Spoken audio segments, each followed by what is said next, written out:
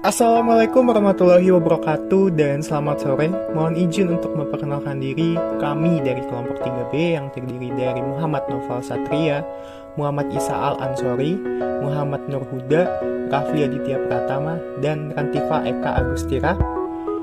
Sebelumnya, mari kita pahami terlebih dahulu apa itu World Government. World of Government adalah sebuah pendekatan penyelenggaraan pemerintah yang menyatukan upaya-upaya kolaboratif dari keseluruhan dalam ruang lingkup yang lebih luas, guna mencapai tujuan pembangunan, kebijakan, manajemen program, dan pelayanan publik.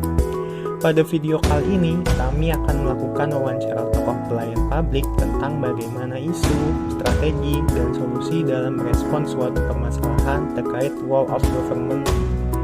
Wawancara ini dilakukan terhadap 3 orang tokoh yang mewakili tiap generasi yang berbeda.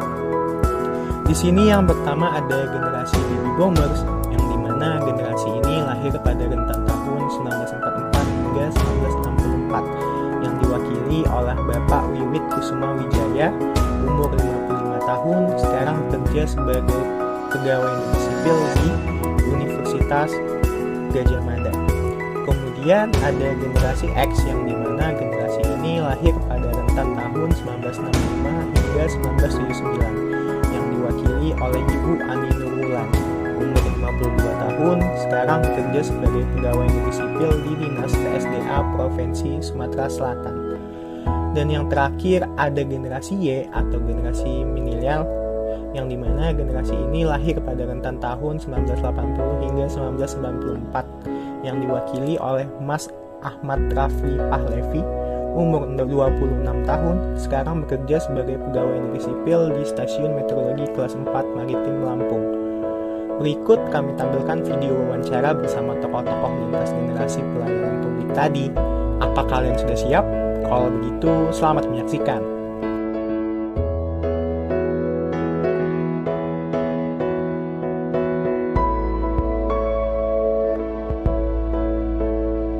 Assalamualaikum warahmatullahi wabarakatuh.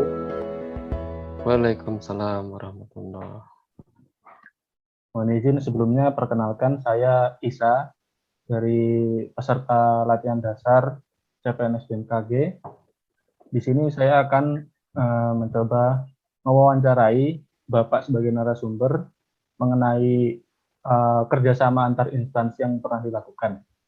Sebelumnya mohon izin Pak untuk bisa memperkenalkan diri, nama dan sekarang bekerja di mana. Baik, terima kasih. Bismillahirrahmanirrahim.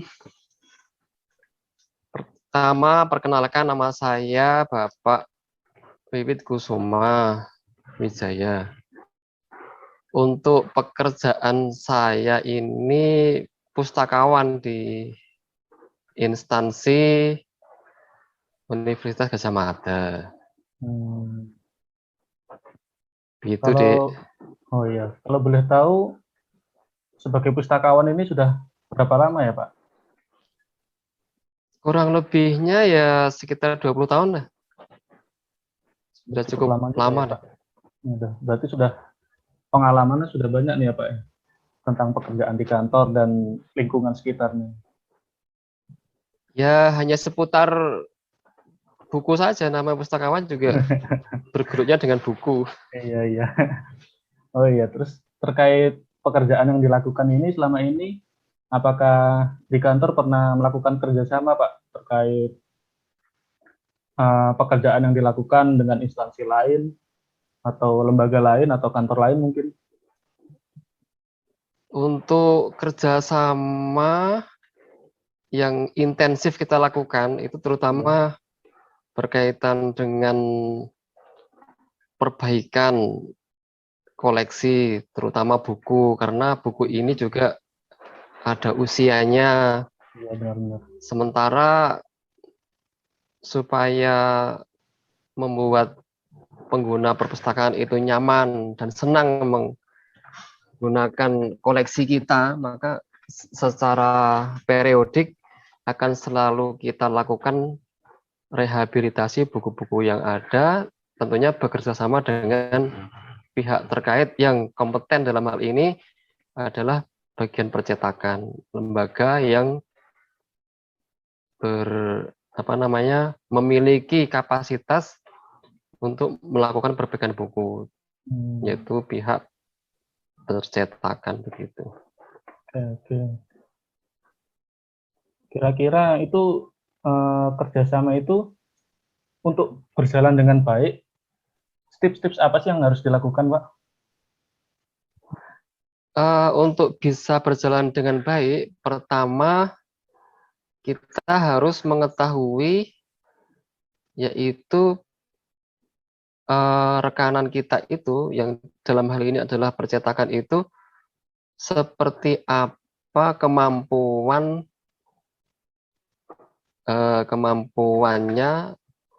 dalam hal ini kebutuhan kita itu apakah bisa terpenuhi dengan percetakan tersebut. Dalam seperti kebutuhan kita adalah kita ingin agar buku-buku kita itu bisa disulap dengan tampilan yang bagus, kemudian kita ingin buku kita itu ketika setelah diperbaiki menjadi seolah-olah baru kembali gitu. Itu juga kemudian kita intensifkan komunikasi, artinya kita ingin ada kelancaran komunikasi dengan pihak rekanan, sehingga sewaktu-waktu kita butuh komunikasi, mereka selalu bisa memenuhi keinginan kita. Gitu. Oh, itu baiklah. Kemudian mungkin selama kerjasama yang sudah dilakukan hingga saat ini, apakah terdapat kendala, Pak? Kendala misalnya buku yang dicetak tidak bisa atau bagaimana mungkin? Baik, terima kasih.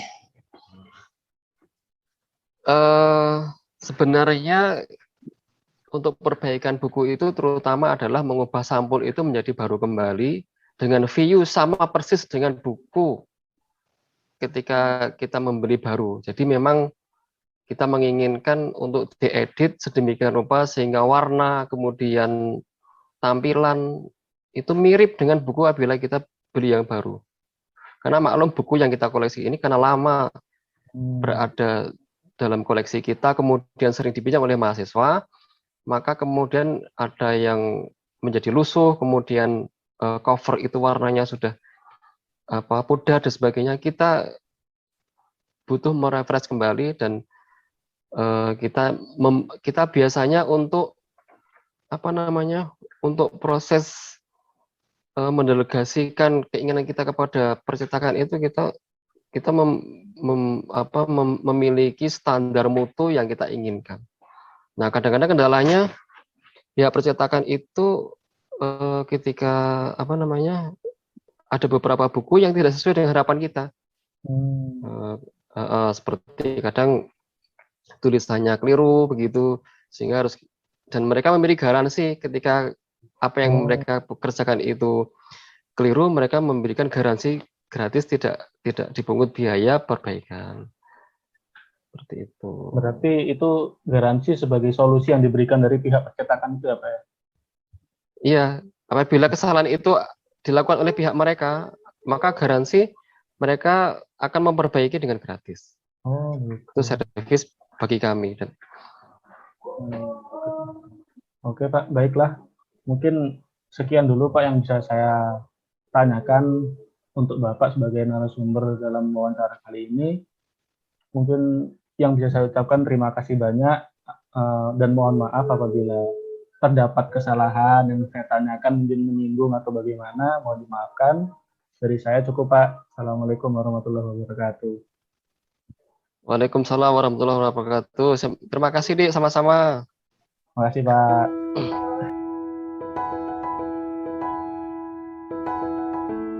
Ya. Assalamualaikum warahmatullahi wabarakatuh.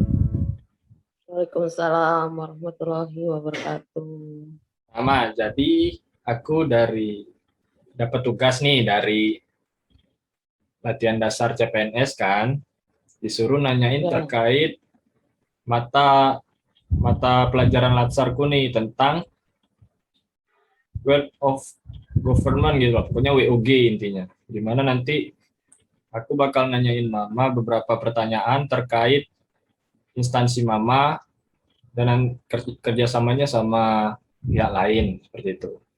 Pertama mulai dari perkenalan diri dulu, Mah. Nama dan bekerja di mana? Bismillahirrahmanirrahim. Assalamualaikum warahmatullahi wabarakatuh. Waalaikumsalam. Nama saya Ani Nurulan dan sekarang sedang bertugas di Dinas Pengelolaan Sumber Daya Air Provinsi Sumatera Selatan Oh, berarti yang dari... Ya, lanjut. kantornya ada di Palembang. Oke, terima kasih atas perkenalannya. Lalu di kantor sendiri jabatan atau lebih tepatnya bertugas sebagai apa dan sudah berapa lama bertugas di bidang tersebut? Kalau sekarang tugas saya ada di PL apa ya namanya tuh UPTD Balai PSDA Balai Musi dan sebagai kasih hidrologi. Oke, sebagai kasih. Tugas dari Balai Musi ini antara lain mengumpulkan data hidrologi berupa curah hujan dan tinggi muka air beberapa sungai di Sumatera Selatan. Oke, terima kasih. Lalu dalam pekerjaan Mama ini, kan setiap perusahaan atau setiap bidang pemerintahan pasti pernah melakukan kerjasama atau koordinasi begitu dengan kantor atau lembaga atau instansi, bahkan mungkin perusahaan-perusahaan swasta yang mengadakan kerjasama atau terkait koordinasi seperti itu. Nah, kalau di kantor Mama sendiri itu, kalau boleh tahu kerjasamanya yang seperti apa dan contohnya.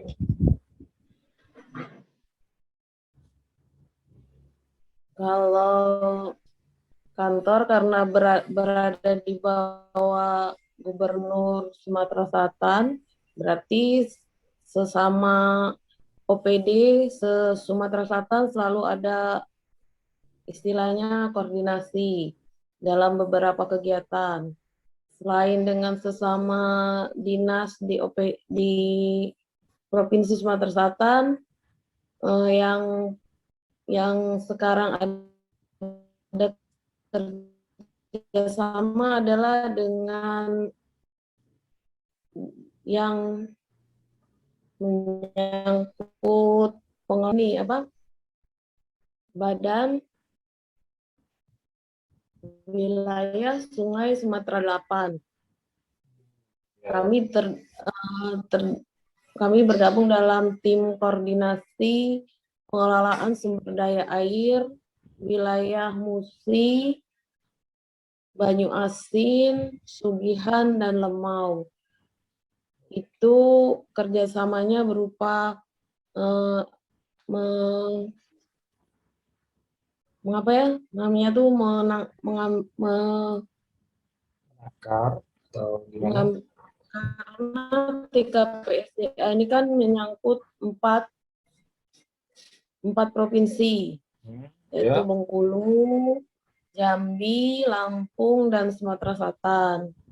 Jadi setiap tahun paling tidak 3 kali kami berrapat koordinasi untuk menentukan isu-isu apa saja yang menyangkut pengelolaan sumber daya air. Misalnya di 4 provinsi ini karena sungainya berhubungan, jadi satu sama lain pasti akan kalau ada kegiatan di hulu, tentu yang di hilirnya juga akan berpengaruh. Makanya selalu dikoordinasikan apa saja kegiatan yang akan dilakukan di sungai-sungai yang bakal dibahas berada ini. di dalam wilayah itu. Dan dalam setahun kami selalu mengadakan rapat untuk menentukan apakah yang perlu didahulukan kegiatannya. Apa yang paling penting, menganukan prioritasnya. Terlebih dahulu yang penting didahulukan untuk dilaksanakan kegiatan atau tidak. Mungkin demikian. Oke, berarti ini terkait intinya rapat untuk menentukan ini ya prioritas terkait air sungai seperti itu. Penggunaan air sungai. Iya, pengelolaan Oke, sumber daya air. oke, terkait pengelolaan sumber daya air. Nah, lalu kira-kira dalam pelaksanaan misal rapat atau kegiatan-kegiatan lainnya nih kira-kira strategi apa sih yang harus dilakukan biar kerjasamanya tuh terkoordinir dengan baik. Jadi misal dalam rapat caranya Mama biar biar nanti kerjasamanya ini terjalin dengan baik atau dengan bagus gitu, kira-kira apa strateginya? Salah satunya. Ya, salah satunya adalah dengan cara pertemuan ya, ada pertemuan rutin, paling tidak dia tiga kali dalam setahun. Dalam pertemuan rutin itu istilahnya tuh rapat paripurna ya. Nah, di situ dikumpulkan karena tidak dengan Balai Sungai Wilayah Sumatera saja, karena bekerja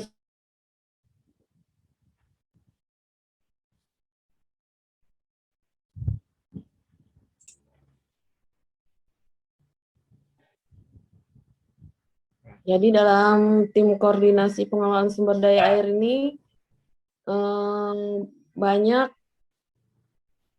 istilahnya ada beberapa anggotanya ya. Anggotanya itu terdiri dari Balai Wilayah Sungai Sumatera 8, dinas-dinas PSDA provinsi dan kabupaten kota sebanyak 4 provinsi, juga kantor termasuk kantor BMKG, kemudian balai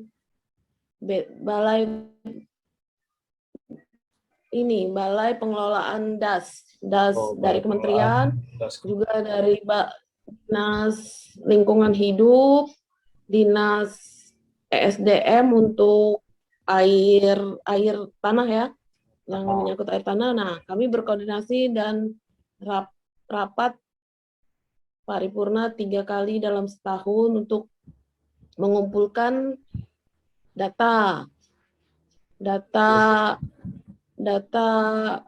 kegiatan-kegiatan yang ada di masing-masing ini ya, masing-masing instansi ya, gitu. Instansi menyangkut pengelolaan sumber daya air. Jadi untuk ini misalnya ada yang bersamaan itu akan dikoordinasikan lagi, dirapatkan lagi khusus kayak itu kan. Oh iya. Baik, ini untuk pertanyaan terakhirnya ya, Ma ya. Ini kira-kira pas lagi misal ada mengadakan kegiatan rapat gitu, mau daring atau langsung bertemu gitu. Mungkin sekarang secara daring ya kalau sekarang. Iya. Gitu. Sekarang pakai Zoom semua sekarang. Kira-kira pas rapat itu ada nggak misal cerita saat menjalankan kerjasamanya tuh ada terkendala apa atau maksudnya ada sedikit permasalahan nggak ketika melaksanakan rapat terkait PSDA ini? Dan kira-kira solusinya gimana ketika ada masalah?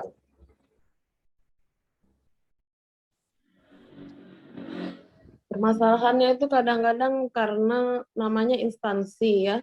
Ya. Kan memang kalau sudah tim ini kadang-kadang anggotanya sudah ditentukan. Cuman kadang-kadang surat kan nggak langsung ke kita, masuk ke dinas dulu. Kadang-kadang berganti-ganti orang yang mewakilinya itu.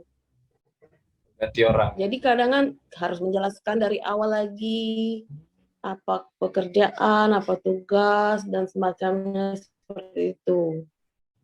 Jadi itu termasuk salah satu kendala ya, karena namanya juga instansi, tidak mungkin orang itu saja yang diutus oleh instansi itu kadang-kadang dalam rapat kan. Iya sih. Kedua kadang-kadang ya banyak juga anggota yang tidak bisa hadir saat kegiatan rapat gitu. ya. Dan kadang-kadang juga ya kadang-kadang namanya koordinasi itulah masalahnya kira-kira. Jadi mungkin kalau untuk solusinya sendiri, mungkin jika ada yang tidak hadir dari anggota lain bisa menggantikan seperti itu. Atau untuk solusi. Berarti kan kalau misal ada dari yang kita nggak bisa hadir nih, si A. Nah, berarti mungkin dari instansi yang sama bakal mengirim orang lagi kah? Atau bagaimana? Berarti kan Ya kadang-kadang karena orang yang berganti-ganti kadang jadi diskusinya itu harus dijelaskan dari awal lagi Oh iya seperti sih. itu. Kalau misalnya orang yang tetap kan seharusnya nggak bisa langsung dia kadang harus bertanya lagi sebelumnya kepada siapa yang mewakili kayak gitu kan. Berarti solusinya mungkin ya harus bertanya tadi. Jadi tapi alhamdulillah sekretariat TPKSDA itu sekarang sudah apa istilahnya merangkum semua hasil rapat, dan kadang-kadang bukan kadang-kadang, dan setiap hasil rapat itu langsung dikirimkan kepada para anggota. Jadi walaupun mereka tidak hadir atau mereka diganti, mereka akan tahu apa hasil dari rapat koordinasi tersebut. Baik, terima kasih ya Mak sudah meluangkan waktunya, kan tadi katanya habis masak gitu. Jadi sekali lagi terima kasih sudah meluangkan waktu untuk wawancara dalam tugas Latsar ini. Ya udah, itu saja. Wabillahi taufiq wal hidayah. Wassalamualaikum warahmatullahi wabarakatuh. Sama-sama, terima kasih. Mudah-mudahan ini. Ya, terima kasih. Waalaikumsalam warahmatullahi wabarakatuh.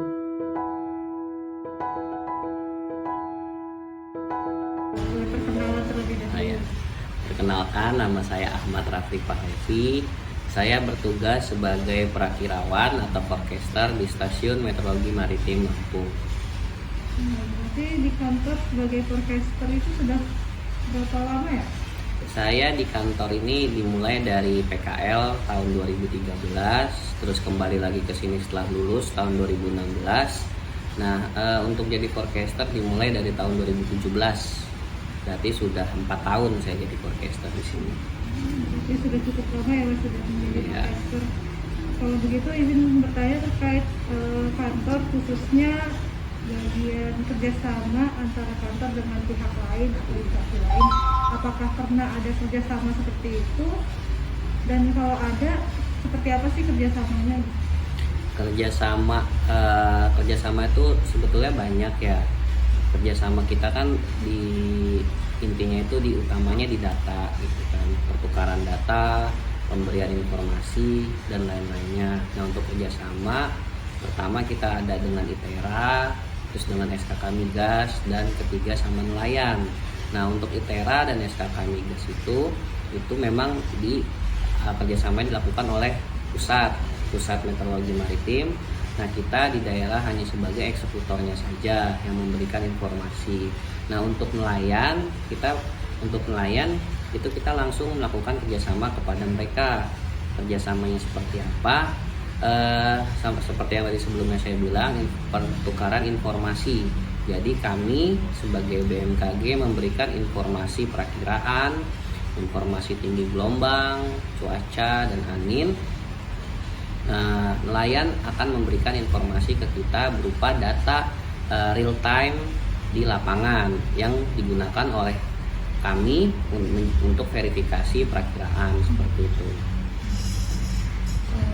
Pertanyaan selanjutnya, kira-kira apa sih hal yang harus dilakukan untuk bisa menjalankan kerjasama dengan baik dengan instansi lain atau pihak lain? Kerjasama yang baik itu menurut saya itu dimulai dari komunikasi yang baik. Jadi untuk dalam hal ini kami melakukan komunikasi secara terus-menerus kepada nelayan dengan berbagai kegiatan, seperti pertama sekolah lapang cuaca nelayan. Di situ kita langsung ketemu sama nelayan, berkomunikasi sama nelayan, mengedukasi nelayan. Yang kedua, itu melalui namanya PMO, Port Meteorological Officer. Kita juga langsung ketemu sama nelayan, operator kapal, operator pelabuhan, seperti itu. Berarti ada cerita nggak Mas saat melaksanakan kerjasama ini? Apakah ada kendala, dan kalau memang ada, bagaimana sih solusi yang diterapkan? Masalahnya tentu ada, apalagi waktu di awal memulai. Nah, masalah kami itu waktu awal memulai banyak nelayan yang tidak peduli, acuh terhadap data yang diberikan oleh kita. Mereka menganggap itu tidak penting, yang pertama, dan kedua, mereka tidak mau memberikan feedbacknya gitu, memberikan informasi terkini terkait tinggi gelombang sebagai verifikasi kita, itu mereka tidak mau memberikan. Nah, bagaimana caranya? Solusinya kita terus mengedukasi teman-teman nelayan untuk memberi informasi bahwa ini adalah informasi yang penting untuk mereka melaut dan untuk kami verifikasi, agar data yang kami berikan kepada mereka juga lebih akurat, seperti itu. Itu aja Mas yang bisa saya tanyakan. Terima kasih atas jawabannya. Ya, sama-sama. Berdasarkan wawancara dengan narasumber dari generasi baby boomers, generasi X, dan generasi milenial, dapat kami simpulkan beberapa hal. Antara lain, WOG merupakan upaya kolaborasi antar instansi demi mewujudkan pelayanan yang baik dan simultan sehingga tercapai kepuasan masyarakat. Yang kedua, untuk mencapai WOG diperlukan komunikasi dan koordinasi yang baik antar stakeholder terkait. Yang terakhir, dalam pelaksanaan WOG seringkali ditemukan kendala. Namun solusi terbaik adalah dengan berkomitmen menjalankan tupoksi masing-masing dengan sebaik-baiknya dan menyamakan persepsi serta komunikasi yang lebih intensif antar instansi sehingga didapatkan solusi atas permasalahan secara bersama-sama. Sekian yang bisa kami sampaikan dari kelompok kami. Mohon maaf apabila ada kekurangannya. Wassalamualaikum warahmatullahi wabarakatuh.